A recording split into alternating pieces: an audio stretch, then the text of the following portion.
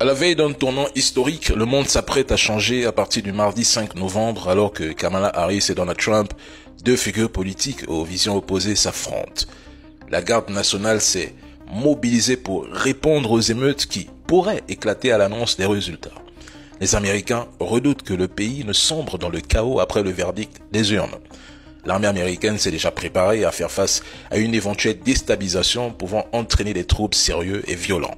Selon les services de renseignement, certains citoyens se disent prêts à prendre les armes pour soutenir leur candidat et défendre les résultats. Beaucoup d'Américains estiment que le pays est aujourd'hui plus divisé qu'il ne l'était il y a 10 ans. Le camp de Donald Trump affirme qu'il est prêt cette fois à défendre coûte que coûte le résultat de l'élection.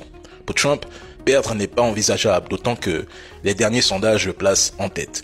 Cette élection aborde des enjeux majeurs. Le conflit israélo-palestinien, le dossier taïwanais, la Corée du Nord, le Japon, l'Europe occidentale, l'OTAN, l'Union européenne, l'Afrique et bien sûr l'Ukraine.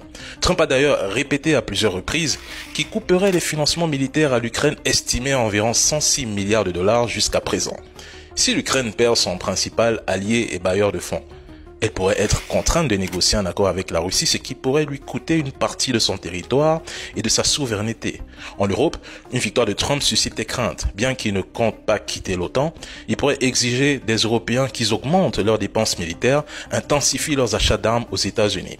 Certains Européens redoutent même de ne plus bénéficier d'un soutien militaire inconditionnel des États-Unis, ce qui pourrait affaiblir l'OTAN face à une éventuelle menace russe. Au Japon et en Corée du Sud, une victoire de Trump est source d'inquiétude. Ils craignent des accords passés sans leur consultation qui pourraient les isoler.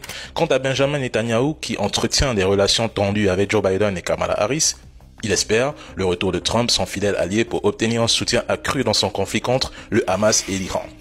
Qui entre Trump et Harris deviendra le 47e président des États-Unis? Et surtout, qui sera capable de contribuer à la paix dans le monde?